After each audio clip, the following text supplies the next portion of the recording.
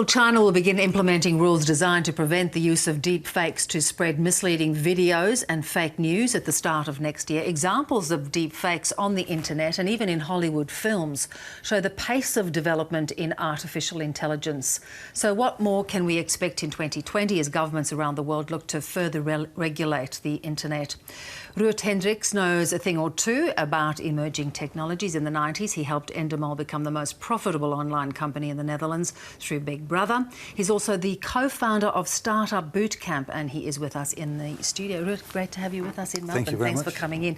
Each year, when you're looking ahead at technology, you do three big predictions. Correct. And I'd like to start with you talking a little bit about countries trying to regulate the internet. We know China does it. Other countries want to do it. What's the benefit for them? Yeah, the internet will be nationalized. You see that everywhere a conflict erupts, that governments immediately now try to disrupt, let's say, the internet from the other party. And also internally, if something is happening, for instance, in Iran, there's unrest. The first thing they do, it's kind of censorship. It's a modern kind of censorship, absolutely, but it's also a modern kind of warfare. I mean, if you disrupt the internet, if you make certain that people cannot access the internet anymore, you're literally taking away a legal human right. But you're also really upsetting and disorganizing a whole country. So yeah, that's what's happening. And beyond that, is it creating an imbalance in world powers? We are seeing this to a degree with like Russia trying to run its own narrative. Well, I mean, the example of the Russian government or Russian organizations trying to influence the US elections is a prime example. You see that China is really trying to control the internet. I mean, try using Facebook in Shanghai. It's really, really difficult. You see it's happening in Iran. Obviously, it's happening in North Korea. And there's a tendency that this will spread around the globe. So the internet, which once used to be this fantastic network where you could socialize with anybody in any other country in the world, is really becoming, well, nationalized, which is it's a pity. And you know, I bet that in the future you and I could, if we want, to communicate between the Netherlands and Australia without any problem. But try doing the same thing with someone in China who doesn't have the right social credit system over there, then you have a problem. Let's talk about social credit, because of course this is going to start next week, yes, I think, in China. Yeah. How concerned are you about this kind of use of technology to control people's lives, to make judgments on them? I am extremely concerned. I mean, if you behave in the right way, you can get points and you will have certain privileges. If you don't behave in the right way, you will be punished. And it's remarkable. I mean, in the Western world, privacy is really a big issue, but the Chinese population seems to be really used to it, and very many people are really in favor of all this. Which for me, it's unbelievable. No, I think it's extremely scary, and I sincerely hope it will never come to countries like Australia. Indeed.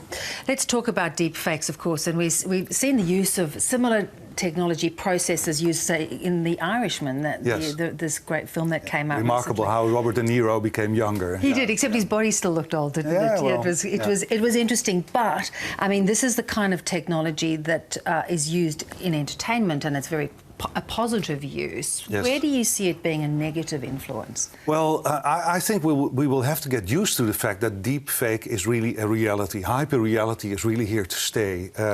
I mean, we have the real world and there's a virtual world which will become more and more intermingled and mixed with the real world. And I think we have to be extremely careful, because you will never know for certain if the person calling you is really the person he or she pretends to be, which is okay if it's just a friend.